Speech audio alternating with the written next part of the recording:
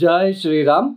నమస్కారం అండి. అందరూ కూడా ఈ వీడియోని స్కిప్ చేయకుండా చూడండి. ఈ క్రోధీనామ సంవత్సరం అయిపోతున్నది. ఇక 2025 మార్చి 30వ తేదీ మనము కొత్త సంవత్సరంలోకి అడుగు పెట్టబోతున్నాం. శ్రీ విశ్వావసునామ సంవత్సరంలోకి మనము అడుగు పెట్టబోతున్నాం. ఈ గత ఏదైతే సంవత్సరాలు ఉన్నాయో ఈ క్రోధీనామ సంవత్సరంలో మనం ఎలాంటి ఇబ్బందులు పడ్డాము, ఈ పేర్లకు తగ్గట్టుగానే క్రోధీనామ సంవత్సరము, వికారినామ సంవత్సరంలో మహమ్మారి కరోనా వచ్చి మనకి ఎలాంటి సిచ్యుయేషన్ మనకి తెచ్చిపెట్టిందో మనకందరికీ తెలుసు. ఈ పేర్లకు తగ్గట్టుగానే మన జీవితాలకి కూడా చాలా ఇబ్బందులు మనకి వచ్చాయి. క్రోధీనామ సంవత్సరం, వికారినామ సంవత్సరం. ఈ క్రోధీనామ సంవత్సరంలో మనము అబ్జర్వ్ చేసే ఉంటాం, ఎక్కువ క్రోధంతో అటు సామాజిక పరంగా ఇటు రాజకీయ పరంగా అన్ని రంగాల వాళ్ళలోనూ కొన్ని ఇబ్బందులు తీసుకువచ్చి పెట్టింది ఈ క్రోధీనామ సంవత్సరం. క్రోధము, ద్వేషము, ఎందుకు ఇలా జరిగింది క్రోధీనామ సంవత్సరం అని మనం ఒకసారి తెలుసుకుంటే, ఎక్కువ శాతం గ్రహాలు ఎక్కువ రోజులు ఒకే ఇంట్లో ఉండడము, ఒక 22-23 రోజుల్లో మారబోయే బుధుడు 60 రోజుల పాటు ఒకే ఇంట్లో ఉండడము, తర్వాత కుజుడు 45 రోజులకి ఒకసారి మారే కుజుడు కూడా 6 మాసాల పాటు స్తంభించి ఉండడము, గురు వక్రి, శని వక్రి, శుక్రుడు వక్రి, ఉచ్చస్థానంలో వక్రించి ఎక్కువ కాలం ఉండడం లాంటివి. సో ఇవన్నీ కూడా వక్రగతి పొందిన గ్రహాలు మనకి ముందుకు వెళ్ళడానికి వదలకుండా వెనక్కి వెళ్ళడము, ఎక్కువ ఇబ్బందులు మనము పడి ఉన్నాం. అయితే శ్రీ విశ్వావసునామ సంవత్సరం మనకు పేరు ఆల్రెడీ మనకి చెప్పబోతున్నది. ప్రజల్లో ఒక విశ్వాసంతో, ఒక శాంతి సౌహార్దంతో అందరూ కలిసిమెలిసి వెళ్తారు ఈ సంవత్సరం అనే ఒక హోప్ అయితే నాకు ఉన్నది. అటు రాజకీయ పరంగా కావచ్చు, సామాజిక పరంగా కావచ్చు, తర్వాత ఏదైనా కానీ పెద్ద పెద్ద బిజినెస్ వేత్తలు కావచ్చు, బిజినెస్ విషయాల్లో, ఉద్యోగం విషయాలలో కావచ్చు, ఇలా ప్రతి ఒక్క విషయాలలో శ్రీ విశ్వావసునామ సంవత్సరం అందరికీ మంచి చేస్తుందని, మంచి చేయాలని మనం కోరుకుందాం. అయితే ఈ ఏదైతే శ్రీ విశ్వావసునామ సంవత్సరంలో 12 రాశుల వాళ్ళకి ఎలాంటి ఫలితాలు రాబోతున్నాయో తెలుసుకుందాం. దానికన్నా ముందు ఒక 2-3 నిమిషాల పాటు మీకు కొన్ని విషయాలని మీకు చెప్పబోతున్నాను. సోది అని అనుకోవద్దండి. సో అందరికీ కూడా అర్థం అవ్వాలి, అర్థం చేసుకోవాలి అనే ఉద్దేశంతోనే నేను ఇక్కడ చెప్పడం జరుగుతున్నది. ఈ గ్రహ సంచారం ఈ సంవత్సరం కనుక చూసుకున్నట్లయితే మార్చ్ 29వ తేదీ నుంచి శని గ్రహ మార్పు అనేది జరగబోతున్నది. శని కుంభరాశిని వదిలి మీనరాశికి వెళ్లి సంచారాన్ని ప్రారంభం చేస్తున్నారు. గురువు గారు మే 13వ తేదీ నుంచి ఆయన మిథున రాశికి వెళ్లి సంచారాన్ని ప్రారంభం చేస్తున్నారు. రాహుకేతులు ఇద్దరు కూడా మే 18వ తేదీ నుంచి రాహు కుంభంలో, కేతు సింహరాశిలో సంచారాన్ని చేస్తున్నారు. ఇక్కడ మనకి చాలా మందికి ఏంటి అంటే, ఈ ఏళ్నాటి శని, అష్టమ శని, పంచమ శని, అర్ధాష్టమ శని అనగానే భయపడుతూ ఉంటారు. ఆ భయపడుతూ ఒక జ్యోతిష్కుడి దగ్గరికి వెళ్తారు. ఇప్పుడు అన్ని రంగాలలో కూడా మనీ మైండెడ్ పీపుల్స్ ఎక్కువైపోయారు. వాళ్ళకి అక్కడ ఏ దశాభుక్తి జరుగుతుందో తెలియదు. అష్టకవర్గ బిందులు శని ఎన్ని ఇచ్చాడు, గురు ఎన్ని ఇచ్చాడు, ఇప్పుడు మిథున రాశికి గురు వెళ్తున్నాడు, అష్టకవర్గ బిందులు ఎన్ని ఇచ్చాడు, శని మీనరాశికి వెళ్తున్నాడు, మీ జన్మజాతకంలో శని ఎన్ని బిందువులు ఇచ్చాడు, దశా పీరియడ్ ఏది జరుగుతుంది, ఎవరికి ఈ ఏళ్నాటి శని, అష్టమ శని, పంచమ శని ఎక్కువ ఇబ్బంది పెడుతుంది, ఇవి అస్సలు ఇవన్నీ పక్కన పెట్టేసి ఈ ఏళ్నాటి శని జరుగుతూ ఉంటుంది. ఒక వ్యక్తి జ్యోతిష్కుడి దగ్గరికి వెళ్తాడు.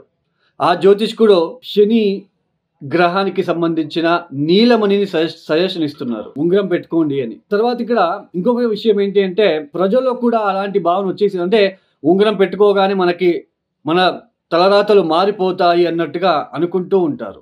కానీ అక్కడ వాళ్ళకి తెలీదు, యాక్చువల్లీ శని వచ్చినదే మనకి పాఠాలు నేర్పించడానికి, నష్టం చేయడానికి అనేది ప్రజల్లో తెలియదు. ఇక్కడ ఒక 20,000 రూపాయలు పెట్టి ఉంగరం కొనుక్కుంటాం కానీ రోడ్ సైడ్ మన టౌన్లో గోవులు వెళ్తూ ఉంటాయండి.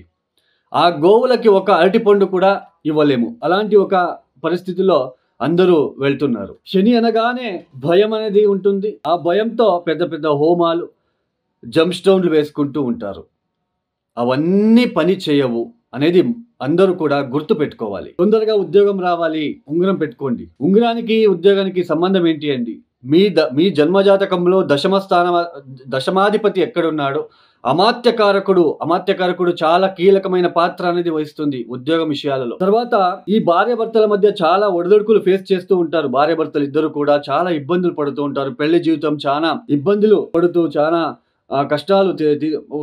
కష్టాలతో వెళ్తూ ఉంటారు. ఇక్కడ ఒక చిన్న లాజిక్ ఉంటుంది. మీ జన్మజాతకంలో ధారాకారకుడు ఎవరు? మన కాలపురుష చక్రంలో ధారాకారకుడు ఎవరు అంటే శుక్రుడిని రిప్రజెంట్ చేస్తాం. బట్ ఒక ఇండివిజువల్ జాతకానికి వచ్చినప్పుడు ధారాకారకుడు ఎవరు అని కనిపెట్టి ఆ ధారాకారకుడికి కొన్ని పరిహారాలు, సింపుల్గా ఉండే పరిహారాలు చేస్తూ పోతూ ఉంటే మ్యారేజ్ జీవితంలో అప్పుడు కొంచెం మార్పు అనేది వస్తుంది. ఒకటి గుర్తుపెట్టుకోండి, జ్యోతిష శాస్త్రంలో పూర్తిగా కర్మని పోగొట్టుకోవడానికి అయితే లేదు అండి. అయితే ఆ కర్మని తగ్గించుకోవడానికి మాత్రమే ఉంటుంది. మనము దేవుడి గుడికి వెళ్తాం, దేవుడు మనకి శిక్ష ఇవ్వడండి. దేవుడు మనకి ఏది ఇబ్బంది పెట్టాడు. దేవుడు మనకి అయినంత మనకి మంచి చేయాలని చూస్తాడు. అయితే మనం చేసిన కొన్ని తప్పుల వలన మనకి ఈ లెసన్స్ ని ఎవరు నేర్పిస్తారు అంటే నవగ్రహాలు. ఈ ఏళ్ళనాటి శని, అష్టమ శని, పంచమ శని వచ్చినప్పుడు మనకి ఆత్మస్థైర్యం చాలా ఇంపార్టెంట్. ఆత్మస్థైర్యాన్ని ఎలా చూస్తాం? మన జన్మ జాతకంలో లగ్న స్థానాన్ని బట్టి మనము ఎలాంటి సిచ్యుయేషన్ వచ్చినా కూడా ఎలా ప్రవర్తిస్తాము, మనం ఫేస్ చేయగలమా లేదా అనేది మన లగ్న కుండలి చెప్తుంది. అందుకే గోచారం వేరు, లగ్న చాట్ వేరు. ఇప్పుడు ఏళ్ళనాటి శని వచ్చింది, ఉద్యోగం పోయింది. ఉద్యోగం పోగానే మనము కుమిలిపోతామా, లేదా ధైర్యం పెంచుకొని మనం ఇంకొక ఉద్యోగానికి ప్రయత్నాలు చేస్తూ ఉద్యోగం సాధిస్తామా అన్నది దశాభుక్తి వలన, లగ్నాధిపతి వలన మనం తెలుసుకోవచ్చు. ఇప్పుడు ఏళ్ళనాటి శని, పంచమ శని, అష్టమ శని ఎవరికైతే జరుగుతూ ఉందో వాళ్ళకి దశా పీరియడ్ గనక చంద్ర మహాదశ, శని మహాదశ గనక జరుగుతూ ఉంటే వాళ్ళకి ఎక్కువ ఇబ్బందులు తప్ప మిగతా వాళ్ళకి ఉండవు. అష్టకవర్గ బిందువులు కూడా మనం చూసుకోవాలి. ఇప్పుడు ఈ శని గురించి ఇప్పుడు అన్ని రాశుల వాళ్ళు ఒక చిన్న రెమెడీ చెప్తాను శని కోసము. మీరు ఆ పరిహారాన్ని చేసుకోండి. 16 శనివారాలు ఈ బెల్లం నీళ్లు కలిపిన, ఏదైతే నీళ్లలో బెల్లం కలిపి ఆ నీళ్లతో గోధుమ పిండి తడిపి చిన్న చిన్న ఉంటలు చేయాలి. 8 ఉంటలు లేదా 16 లేదా 17 ఉంటలు చేసుకొని ఆ ఉంటలు చేసేటప్పుడు శం శనైశ్చరాయ నమః, శం శనైశ్చరాయ నమః, శం శనైశ్చరాయ నమః అనే ఒక మంత్రాన్ని పఠిస్తూ ఆ ఉంటలు చేసి టెర్రస్ మీద కానీ కాంపౌండ్ మీద కానీ పెట్టండి 16 శనివారాలు. ఇది చేసి చూడండి, మీకు అర్థమవుతుంది. అవి పక్షులు తింటాయో, కాకులు తింటాయో, ఎలుకలు తింటాయో తెలియదండి. బట్ అది చేసి చూడండి. ప్లస్ ఇంకొక పరిహారం ఏంటి అంటే, తమిళనాడు దగ్గర పాండిచేరి మధ్యలో తిరువనెల్లూరు అని ఒక క్షేత్రం ఉంది, శని క్షేత్రం. అక్కడికి వెళ్ళి తగిన అభిషేకాలు, తైలాభిషేకం లాంటివి రావడానికి మాత్రమే ప్రయత్నం చేయండి. ఈ ఏళ్ళనాటి శని, పంచమ శని, అష్టమ శని వచ్చినప్పుడు శని మంత్రాలు కూడా చదువుకోరాదు అని నేను సజెషన్ ఇస్తానండి. ఎందుకంటే శని బలహీనపడి అక్కడ మనకి కర్మానుసారంగా మనకి ఇబ్బంది పెట్టడానికి వస్తూ ఉన్నాడు. మనము ఆయన నుంచి తప్పించుకోవాలి, తర్వాత ఆయన్ని ప్రసన్నం చేసుకోవాలి.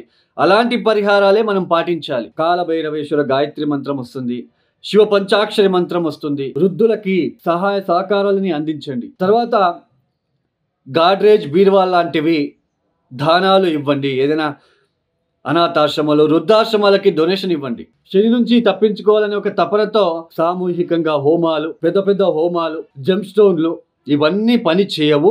బాగా గుర్తు పెట్టుకోండి. పరిహారాలు అనగానే ఇవి కాదండి, వందల కొద్ది సింపుల్ రెమెడీస్ ఉన్నాయి. చాలా సులభమైన పరిహారాలు ఉన్నాయి. అవి చేస్తే చాలు. ఫర్ ఎగ్జాంపుల్, ఒక 108 రోజులు సాయంత్రం పూట ప్రదోష కాలంలో ఒక నువ్వుల ఒత్తి వెలిగించి శివ పంచాక్షరి మంత్రం 1000 సార్లుకి తక్కువగా చదువుకోకుండా ఒక 1000 సార్లు పైన చదువుకొని రండి. ఒక 108 రోజులు వరసన చేయండి చాలు. ఎంత పాజిటివ్ ఎనర్జీ వస్తుందో చూడండి. సో గోచారం వేరు, మనకి జన్మ జాతకం వేరు. గోచారంలో శని బలము, ఇట్లా శని, ఏళ్ళనాటి శని, పంచమ శని, అష్టమ శని వచ్చినప్పుడు మనకి ఇబ్బంది పెట్టడానికి వచ్చినప్పుడు మనం ఎలా రియాక్ట్ అవుతాం, మనం ఎలా ఫేస్ చేస్తాము, మనము ఫేస్ చేయగలమా అని ఎక్కడ చూస్తాం, ఎలా చూస్తామంటే మీ జన్మ జాతకంలో లగ్న కుండలి బట్టి, దశా పీరియడ్ బట్టి చూస్తాం. సో ఇది అందరికీ అర్థం అవ్వాలనే ఒక ఉద్దేశంతో మీకు చెప్పడం జరిగింది. ఇక ఇండివిజువల్ రాశికి ఫలితాలు ఏదైతే చెప్పడం జరుగుతున్నదో, తర్వాత పరిహారాలు ఏదైతే నేను చెప్తున్నానో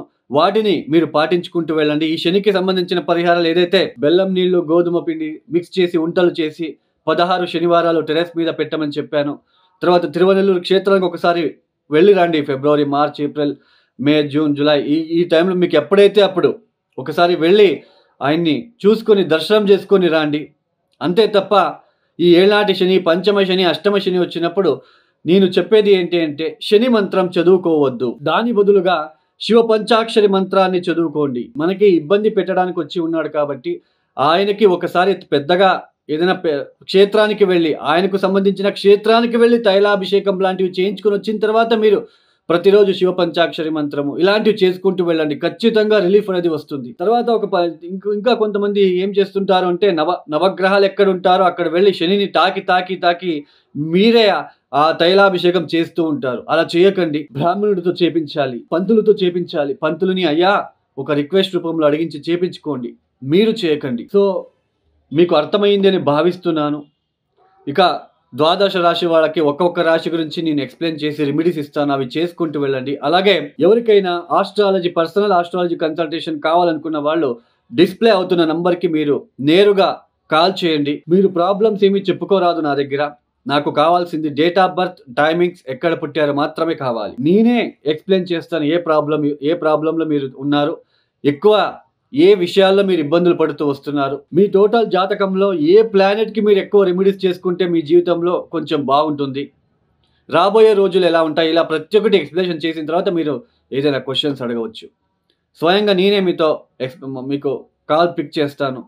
మీకు ఎవరికైనా పర్సనల్ ఆస్ట్రాలజీ కన్సల్టేషన్ కావాలనుకున్న వాళ్ళు కింద డిస్ప్లే అవుతున్న నెంబర్కి నేరుగా నాకు కాల్ చేయండి. ఇక ద్వాదశ రాశిల వాళ్ళకి ఎలాంటి ఫలితాలు ఉన్నాయో ఒక్కొక్క రాశి గురించి మనము చూసుకుంటూ వెళ్దాం.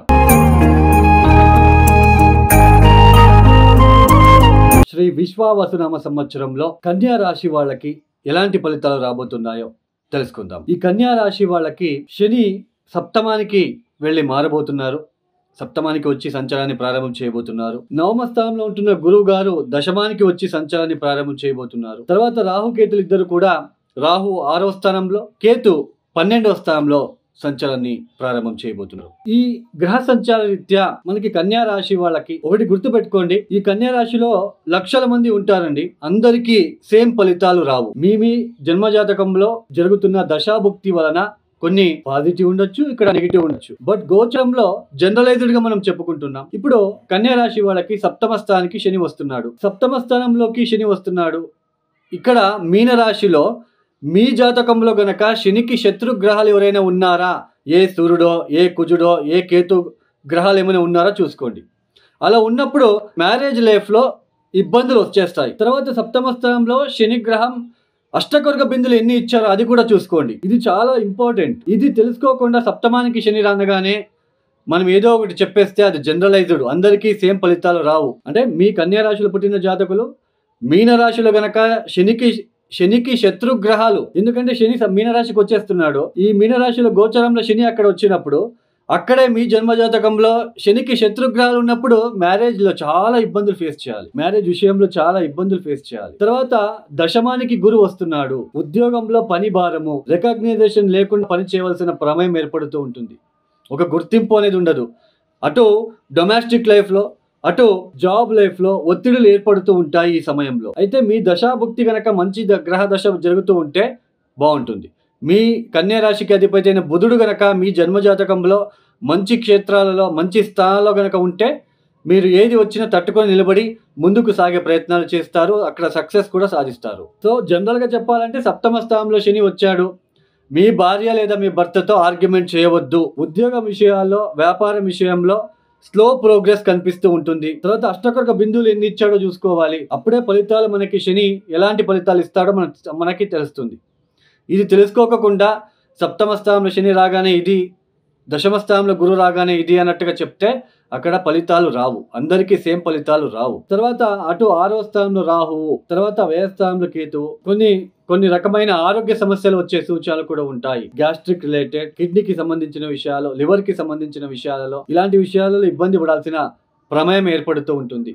సో మొత్తానికి కన్యా రాశి వాళ్ళకి జాబ్ లో ఒత్తిడి ఉంటుంది, రికగ్నైజేషన్ ఉండదు. మిమ్మల్ని ఇబ్బంది పెట్టేవాళ్ళు, ఉద్యోగం చేసే చోటు ఇబ్బంది పెట్టేవాళ్ళు ఎక్కువగా ఉంటారు ఈ సమయంలో. అంటే పెద్దగా మేజర్ గా కన్యా రాశి వాళ్ళందరికీ ఇబ్బంది ఉంటుంది అని ఇక్కడ చెప్పట్లేదండి. ద థింగ్ ఈజ్, దశమ స్థానంలో గురువు రానగానే కొంచెం జాబ్ లో ఒత్తిడులు ఏర్పడతాయి. ఉద్యోగంలో కొన్ని కష్టాలు చూసే ఆస్కారాలు ఉంటాయి. సప్తమ స్థానంలో శని వలన వృత్తి వ్యాపారాల్లో స్లో ప్రోగ్రెస్ కనిపిస్తూ ఉంటుంది. ఇది జనరల్ గా చెప్పుకోవడం. బట్ మీకు ముందుగానే చెప్పాను, ఇంటి ఇచ్చాను.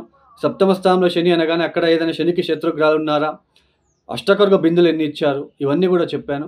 మొత్తానికి ఈ సంవత్సరంలో మీ భార్య లేదా భర్తతో ఆర్గ్యుమెంట్ చేయవద్దు. ఉన్న ఉద్యోగాన్ని వదిలేయకుండా చేసుకుంటూ వెళ్ళండి. అక్టోబర్ తర్వాత మీకు మంచి పీరియడ్ అనేది స్టార్ట్ అవుతుంది. ఈ కన్యా రాశి వాళ్ళు తప్పనిసరిగా ప్రతి గురువారం కూడా శనగుగ్గులని దత్తాత్రేయ క్షేత్రం లేదా దత్తాత్రేయ టెంపుల్, దక్షిణామూర్తి ఆలయము, సాయి టెంపుల్ కి వెళ్ళి పంచి పెడుతూ ఉండండి. గురువారం సాయి చరిత్ర లాంటివి చదువుకోవడం లేదా దత్త చరిత్ర లాంటివి చదువుకోవడానికి ప్రయత్నం చేయండి. నెలకి 2 సార్లు వచ్చే త్రయోదశికి తప్పనిసరిగా శివుడికి ప్రదోష కాలంలో నూనెతో అభిషేకాలు చేయించుకోండి. అమ్మవారికి రాహుకాలంలో ఎరుపు రంగుల పువ్వులని అర్పించుకోవడానికి ప్రయత్నాలు చేయండి. ఈ వీడియో మీకు నచ్చితే లైక్ చేయండి, షేర్ చేయండి, సబ్స్క్రైబ్ చేసుకోండి. సర్వే జన సుఖినో భవంతు.